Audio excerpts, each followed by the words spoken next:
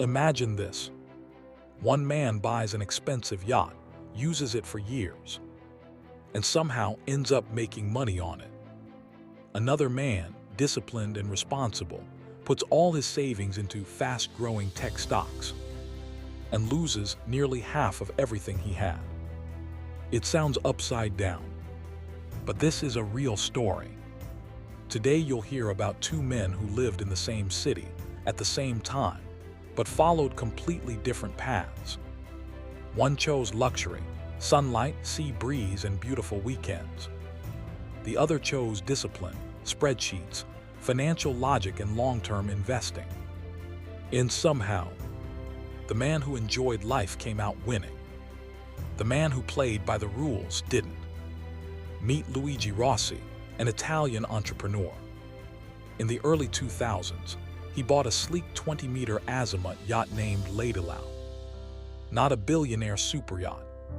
Something better, something he could actually use.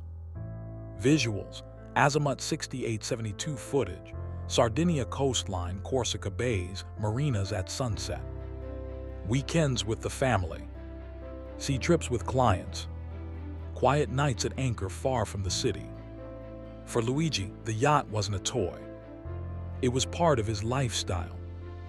Yes, maintenance cost money, docking fees, fuel, insurance, hull cleaning, mechanics.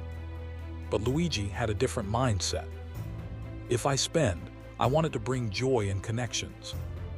Unlike most owners, Luigi treated the yacht like an asset, not a liability. He maintained it with almost obsessive care. Every inspection recorded. Electronics updated. Engine hours kept low. Interior spotless. He didn't plan to make money on it. He simply refused to let the boat decay. And that unexpectedly became the key.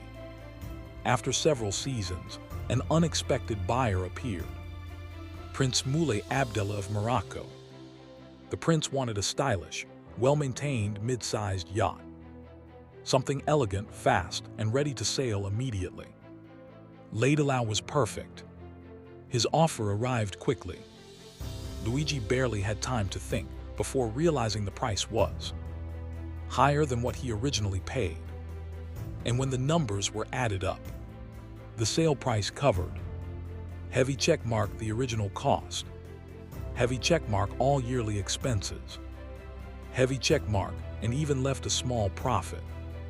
Meaning Luigi had spent years sailing, resting, hosting clients, and living beautifully. For free. And at the end, he walked away with more money than he started with. Meanwhile, in the same city lived another man. Marco Benedetti. No yachts. No luxuries. No weekend escapes. He believed only in one thing: investing.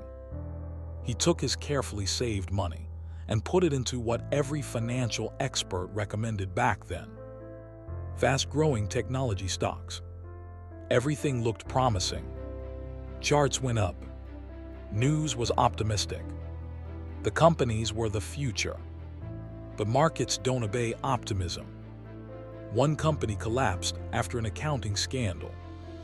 Another dropped 70% in a month after a disastrous earnings call. A third introduced a restructuring plan that spooked investors. Marco stayed calm. He didn't panic. He didn't sell. He did everything right. And still, he ended up with 40% less than he started. No yacht. No sea. No stories. Just loss and stress. The irony was almost poetic. The man who indulged in luxury made money. The man who avoided luxury and trusted the markets lost money. Luxury is not always stupidity. Investing is not always wisdom. Sometimes a prince simply wants your yacht. And sometimes the hottest stocks collapse for reasons no one can predict. This story doesn't tell you to buy yachts. And it doesn't say investing is bad. It teaches something else. Wealth is not just numbers. It's timing. It's luck. It's context. It's using your money instead of fearing it. And sometimes, it's the courage to live life your own way. Luigi Rossi enjoyed the sea, sold his yacht, and came out ahead.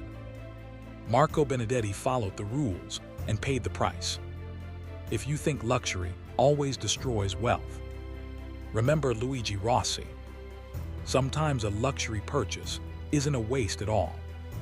Sometimes it's the investment that pays back in the most unexpected way.